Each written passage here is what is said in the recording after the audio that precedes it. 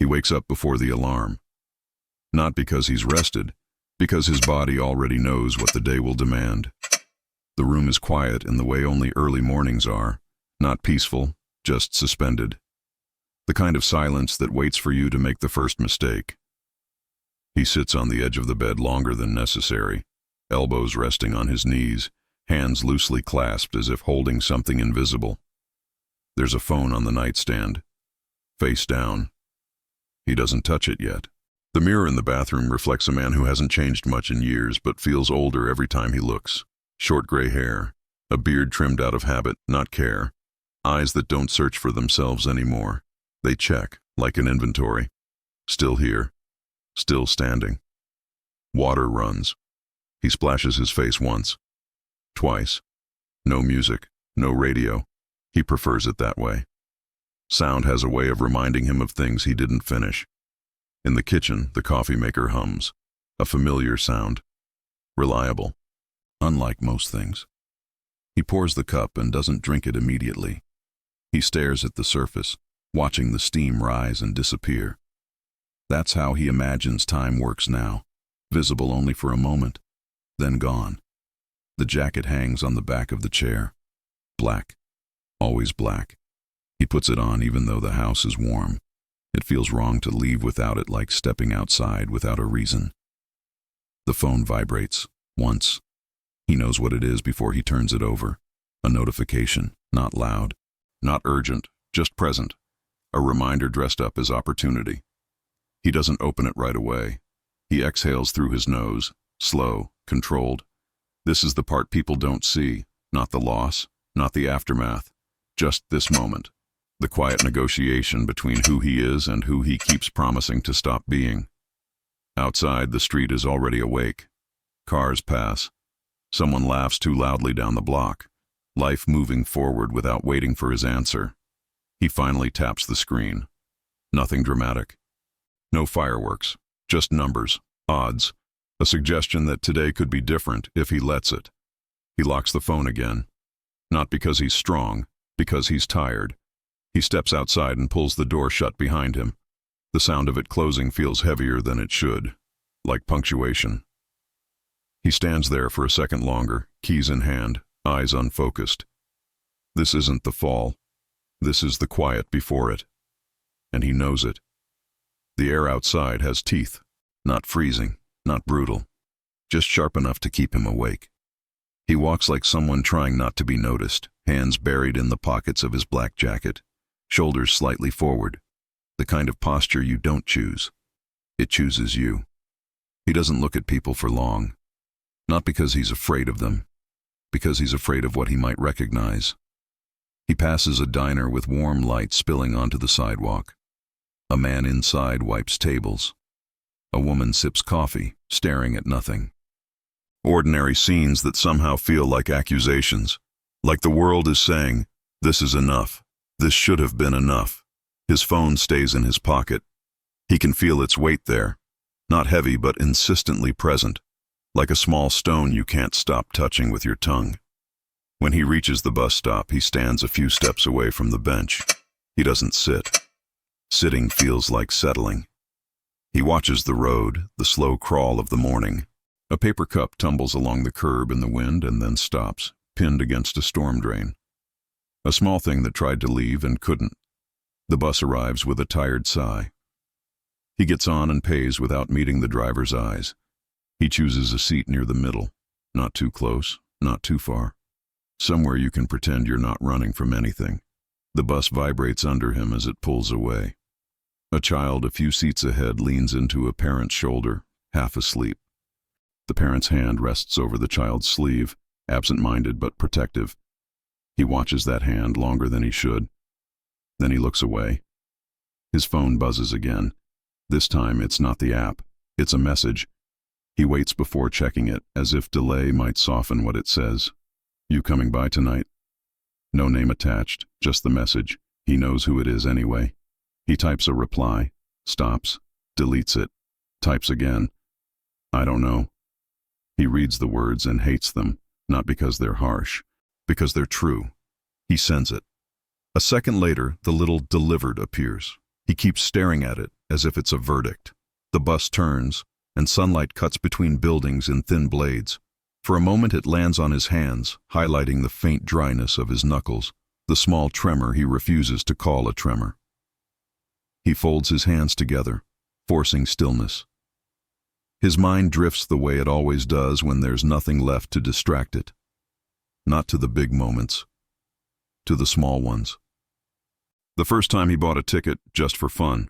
The first time he told himself it didn't matter. The first time he won something small, and it felt like the universe had noticed him. It wasn't joy he felt back then. It was relief. And relief, he learned, is dangerous. Relief makes you think you've found a door, even if it's just painted on a wall. The bus stops near a row of low buildings that look like they've been repurposed too many times. Old retail space turned into offices, then clinics, then something else. He gets off and walks the last block to his job. A small warehouse, shipping, receiving, boxes, labels, routine, a place where every item has a destination, even if he doesn't. Inside, fluorescent lights flatten everything into honesty. There's no romance under these lights, no shadows to hide behind. The air smells like cardboard and tape. A co-worker nods at him, not unfriendly, just distant in the way people get when they've learned not to ask. He nods back. At his station, he starts scanning packages. The beeping is steady, mechanical, a rhythm that doesn't care what he's thinking. He likes that about it. The work doesn't pretend to be anything else. Then, around mid-morning, his supervisor walks past and leaves a paper on his station without a word. A schedule change. Extra hours cut. He stares at it, eyes slow to focus. It's not a catastrophe. It's not even surprising. But it's familiar. That sinking feeling that begins in the stomach and spreads. Not panic, not rage, just the quiet math of survival rearranging itself. Less hours means less money. Less money means less margin. And margin is what keeps you from making the old choices. He folds the paper neatly. Too neatly. He sets it under his scanner like hiding it will change it. He keeps working. Beep, beep, beep. At lunch, he sits alone in the break room. He eats something he doesn't taste, a sandwich wrapped too tight, coffee that's already cold. The TV on the wall plays a news segment with captions running along the bottom. A headline flashes, a jackpot number, a smiling anchor, bright graphics. He doesn't turn the volume up. He doesn't need to. The numbers crawl across the screen like an old language he still understands. Something in his chest tightens. Not excitement, not hope. Just reflex. He looks around the room to see if anyone notices him looking. No one does. They're on their phones, talking about weekend plans, laughing too loudly at something that isn't that funny. He looks back at the TV and tells himself quietly, "Not today." Then he feels his phone in his pocket again, like it's listening. He stands up and throws away what's left of the sandwich. Not out of discipline, out of disgust, at the food, at himself, at how easy it would be to let the day tilt. He washes his hands longer than necessary, as if water could remove a thought. Back on the floor, his phone buzzes. Not the app, not a message, a call. He doesn't answer at first. He stares at the name until the screen dims. Mara. He swallows. His throat feels dry. He steps away from the scanners, into a narrow aisle between stacked boxes, where the noise of the warehouse softens. He answers but doesn't speak right away. On the other end, Mara's voice is calm, too calm. "Hey," she says. "Did I wake you earlier? I know you're working." He leans his forehead against a box and closes his eyes. "No," he says. "I'm here." A small pause. "I found the letter," she says. His eyes open slowly. "What letter?"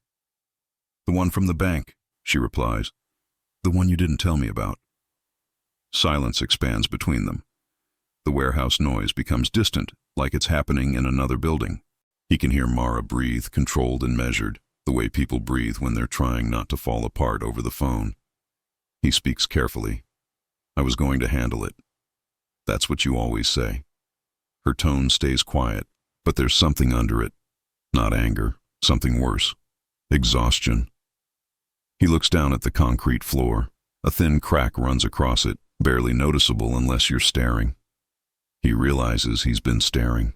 Mara, he says, and the name feels like it costs him something. It's not what you think. Another pause, longer now. Then what is it? She asks. He could lie. He could shape words into something softer, something that buys time. But he's tired of time. Tired of borrowing it from people who don't have extra. So he tells a smaller truth instead. I didn't want you to worry. On the phone, Mara lets out a breath that sounds like a laugh that couldn't become one. I'm already worried, she says. I've been worried for years. He closes his eyes again. The fluorescent light above him hums faintly, steady and indifferent. He can feel the old pull rising, the thought that always arrives dressed as a solution. One win could fix this. Just one. And beneath it, quieter. Or one loss could finish it. He doesn't say any of that. He says, I'll come by tonight. Mara doesn't answer right away. When she finally does, her voice is softer. Okay, she says. Just don't come empty. He knows what she means. Not groceries, not flowers. Answers. He ends the call and stands there in the aisle for a moment longer, phone still against his ear, screen dark now. He looks at his reflection in the black glass. A man caught between two hungers, the need to be forgiven and the need to escape. He walks back to his station and starts scanning again. Beep, beep, beep. But now every beep sounds like a countdown. The day ends without ceremony. No goodbye speeches. No sense of closure. Just the lights flicking off one row at a time and people drifting out with the quiet relief of those who survived another shift. He clocks out and feels the machine swallow the sound of it. Done. Counted. Logged. Outside, the sky has already started to darken, the way it does in winter, early, impatient. He stands for a moment by the door, jacket zipped, keys in hand, deciding nothing and everything at once. He doesn't go straight to the bus stop. Instead, he walks, not fast, not slow, just enough to feel the cold through the fabric of his jacket. The city looks different at this hour, less forgiving. Windows lit up like private worlds he isn't part of anymore. A family around a dinner table. A television flickering blue behind thin curtains. Someone adjusting blinds when they notice movement outside. He keeps his eyes forward.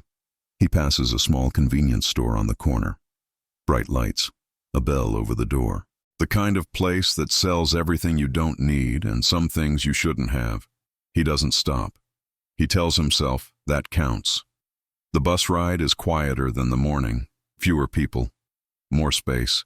He takes a seat by the window and watches the city smear itself across the glass as they move. Reflections overlap. Streetlights over his face, passing cars slicing through his eyes. His phone rests in his hand now, unlocked. He scrolls without reading. News, weather, nothing that matters. Then he sees it.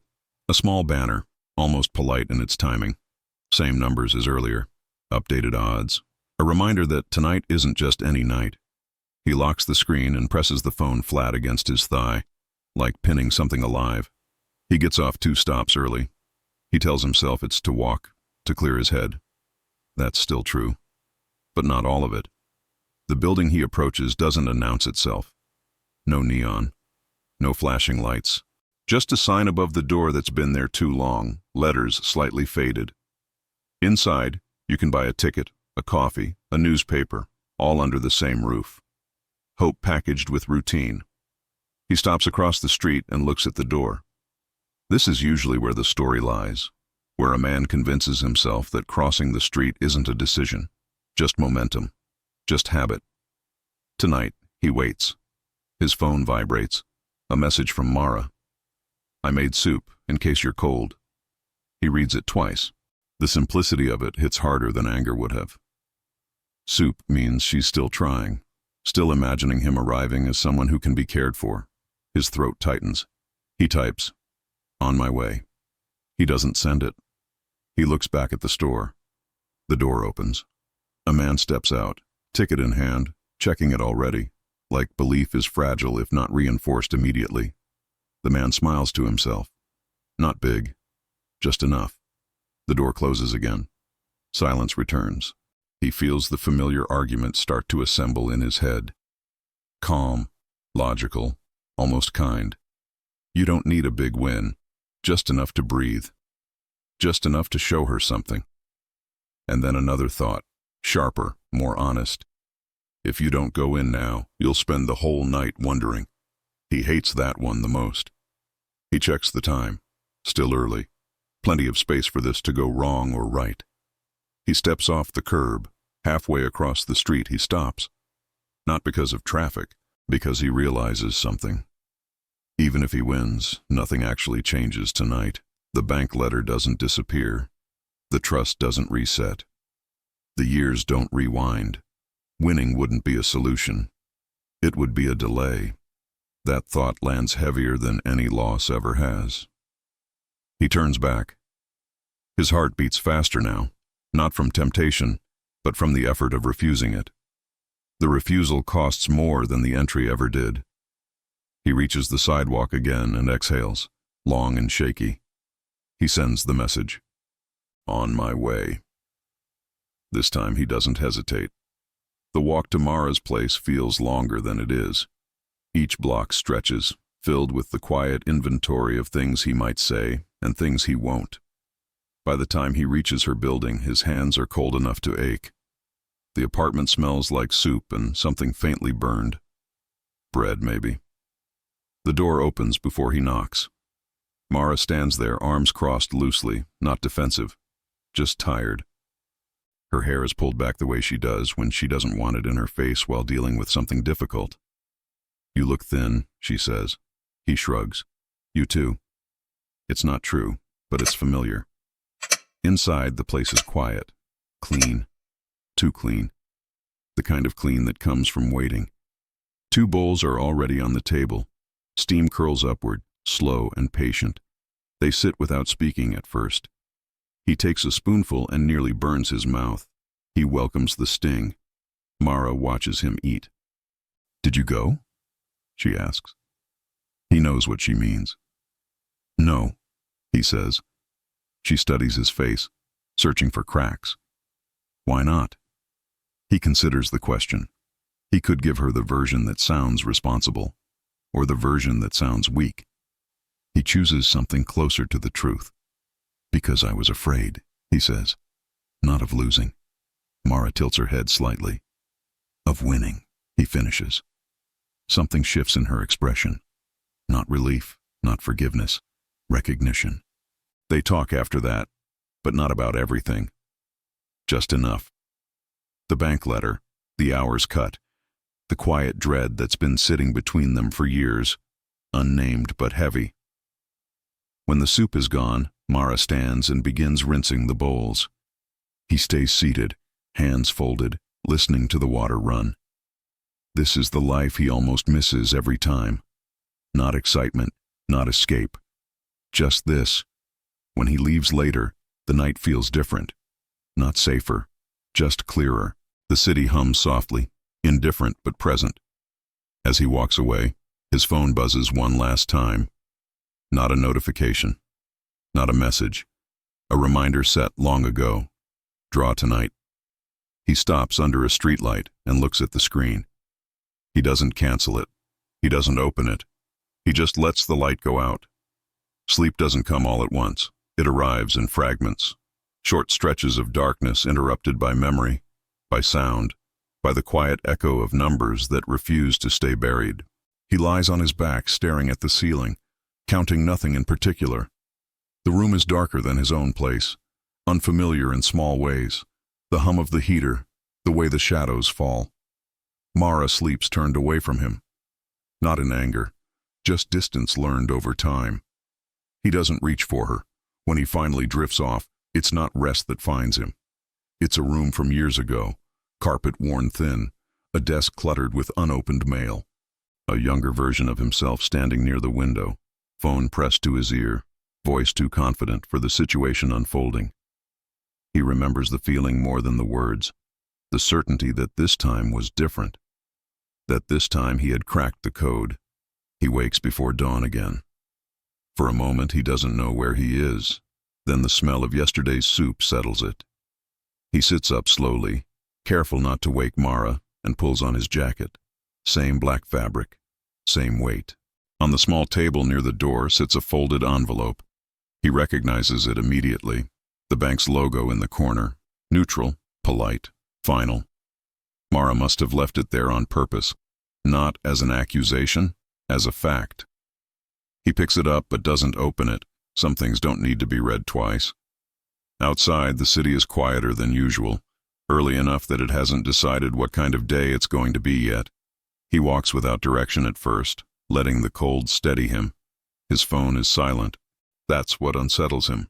No reminders, no banners, no vibrations pretending to be coincidences. Silence, unprompted, feels like being watched. He ends up somewhere he hasn't been in a long time, not by accident. A small park wedged between buildings, forgotten by most.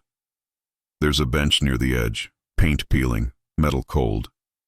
He sits and exhales, long and slow. This is where he used to come after losses. Not immediately. Never immediately. After the denial wore off. After the anger quieted. After the math became unavoidable. He hadn't planned on remembering that today. His phone rings.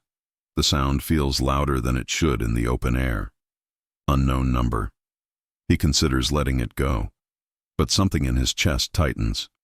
The same instinct that made him answer calls he shouldn't have years ago. He answers. Hello? A voice on the other end. Male. Familiar in a way that makes his stomach drop before his mind catches up. Didn't think you'd still have this number, the voice says. He closes his eyes. Evan, he replies. Evan was never a friend. Not exactly. More like a mirror he avoided too late. They used to sit shoulder to shoulder in places like that old room from his dream, comparing odds, sharing strategies, convincing each other they were smarter than the system. Evan was the one who always went a little further. You've been hard to reach, Evan says. Figured I'd try. I'm working, he replies automatically. Yeah, Evan says. I heard. That lands heavier than it should. He looks around the park, suddenly aware of how exposed he is. Heard what? He asks. That you're tightening up, Evan says. Playing it safe. People talk. He almost laughs. Almost. I'm not playing, he says. Not anymore. There's a pause. Not disbelief. Amusement. That's what you said last time, too. Evan doesn't rush. He never did. Silence was always part of his leverage. Listen, Evan continues. There's something coming up. Small circle. Private. Not a lottery. Something cleaner. The word cleaner almost makes him end the call. I'm not interested. Didn't say you were, Evan replies. Just said I thought of you. He shifts on the bench, metal scraping softly. I don't have money, he says. Another pause. I know, Evan answers. That's not the problem. That's when the danger becomes clear. Not temptation. Access. You always did better when your back was against the wall, Evan says. You remember that. He remembers too well. The winds that came right before everything collapsed. The way pressure sharpened him, or made him reckless. Hard to tell in hindsight. I'm done, Evan. This time he means it. Evan exhales on the other end, a sound halfway between a sigh and a shrug. All right, he says. I'll send you the details anyway, just in case. The line goes dead before he can respond. His phone buzzes immediately. A message, a location, a time. No hype, no promises. Just an opening. He stares at the screen until it dims. This is the part that scares him most, not the urge to go. The part of him that feels relieved the choice exists. He stands up and leaves the park without looking back. The day stretches without moving. Hours pass, but nothing settles. He goes through the motions, work, transit, the quiet nods that require no explanation. all of it layered with the knowledge of a place and a time now living in his pocket. The phone stays there, heavy in a new way. Not insistence, permission. He keeps replaying Evan's voice. Not the words, the tone, the certainty that some doors never fully close. They just wait. By late afternoon, the cut hours make themselves felt. The floor supervisor hands him a clipboard. Fewer boxes today. Earlier release. The day thinning out before it's done. He clocks out again, earlier than planned. Outside, the sky is already deciding to turn. The air smells like rain that might not fall. He walks, not toward home, not toward Mara's, just forward, letting blocks accumulate like excuses. The location Evan sent isn't far. That's the first thing that bothers him. Not some hidden back room or private entrance, just a place he's passed 100 times without noticing. A bar that doesn't look like a bar until you're close enough to hear the low hum inside. No signage advertising anything special. No reason to be suspicious. Which is the point. He stops across the street again. This is becoming a pattern. Standing at edges. Measuring distances that don't show up on maps. Across from him, the door opens. A man steps out, lights a cigarette, checks his phone. Normal. Too normal. He checks the message again. Tonight. Not mandatory. Not exclusive. Just available. His phone buzzes. Mara. He lets it ring once, twice, then answers. Hey, he says. Where are you? She asks. Not accusatory, just trying to locate him in her head. Out, he replies. Walking. A pause.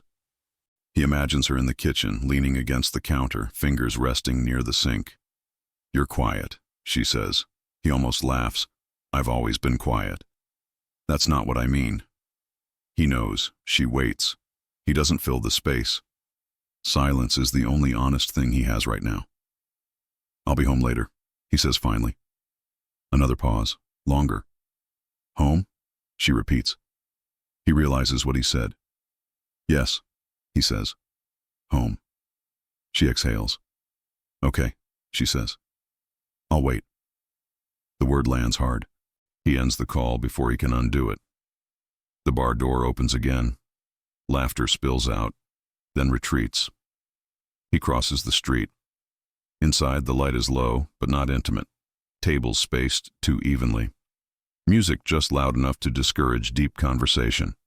A bartender who looks like he's seen too much and learned to forget it.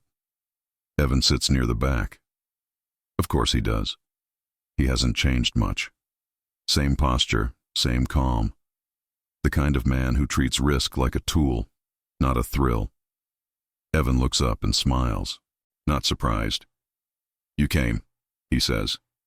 I didn't say I would, he replies. And yet, they don't shake hands, they don't hug. Some habits die early. Evan slides a drink toward him. He pushes it back without touching it. I'm not staying long. Never do, Evan says. That's why you're interesting. They talk around things at first. Work, the city, names he half remembers. Evan lets the conversation drift until it feels accidental. Then he places something on the table between them. Not money. A folded paper, numbers written by hand, clean, precise. This isn't chance, Evan says quietly. It's alignment. He doesn't look at the paper. He looks at Evan. I don't believe you. You don't have to, Evan replies. You just have to understand it. The bartender passes. Glasses clink. Life continues inches away. What do you want? He asks. Evan leans back. Not your money. That's worse. I want you to see what you used to see, Evan says. Before you got scared of it. He feels heat rise behind his eyes. Not anger. Something closer to grief. I didn't get scared, he says. I got honest. Evan studies him, then nods slowly. Same thing, he says. Different decade. Silence stretches again. The paper stays untouched. Outside, rain finally starts. Light. Indecisive. He thinks of Mara, the soup, the word home sitting between them like a fragile agreement. He slides the paper back. I'm done, he says. Evan doesn't argue. He never does when he knows pressure will work better later. Then don't come back, Evan says. Just remember, not choosing is still a choice. He stands. The chair scrapes softly. At the door, he hesitates. Not because he doubts himself, because he knows doubt will come later, when the lights are off and the math returns. He steps into the rain. Outside, the rain cools his face, cleans nothing, but it helps. His phone buzzes. A final message from Evan. Tomorrow night. No question mark. He deletes it, not triumphantly, methodically. He walks home slower than usual, each step measured, each block a small act of refusal, but refusal, he knows, isn't freedom. It's just distance. The rain stops before he reaches home. Not gradually, it just ends, as if the city decided it had said enough. The sidewalks keep their shine, reflections trembling with passing headlights. He pauses at the corner, listening to the quiet left behind.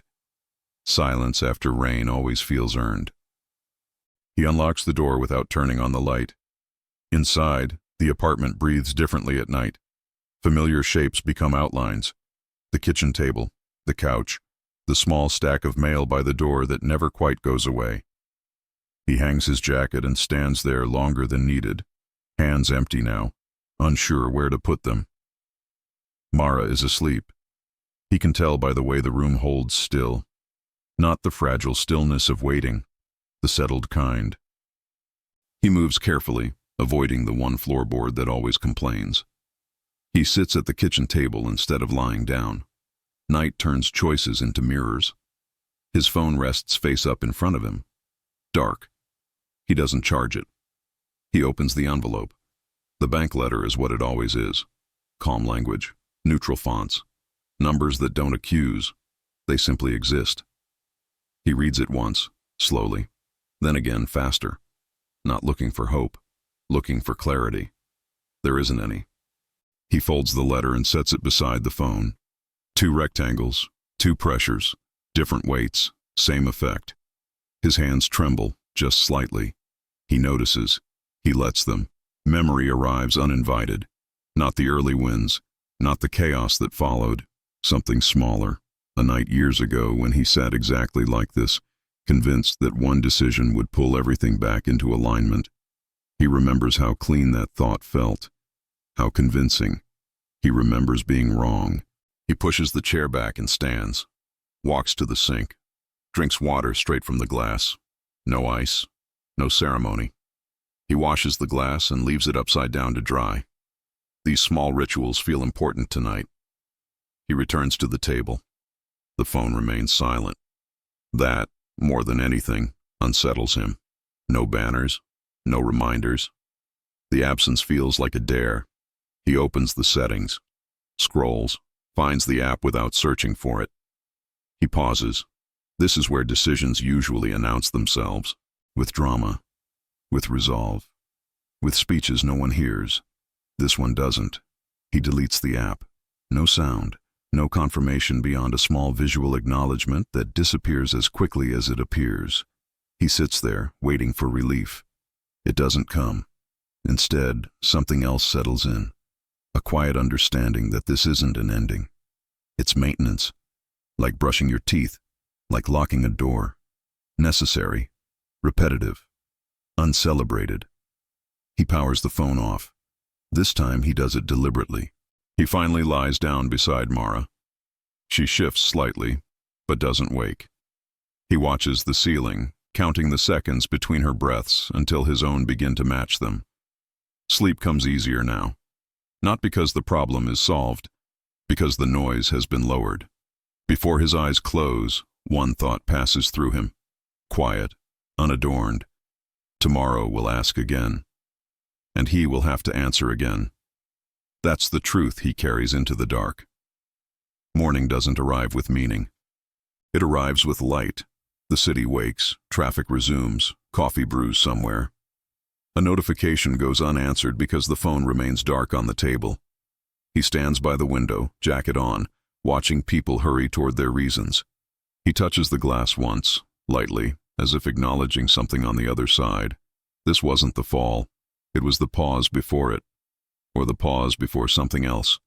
Either way, the bet hasn't ended. It has only learned to wait.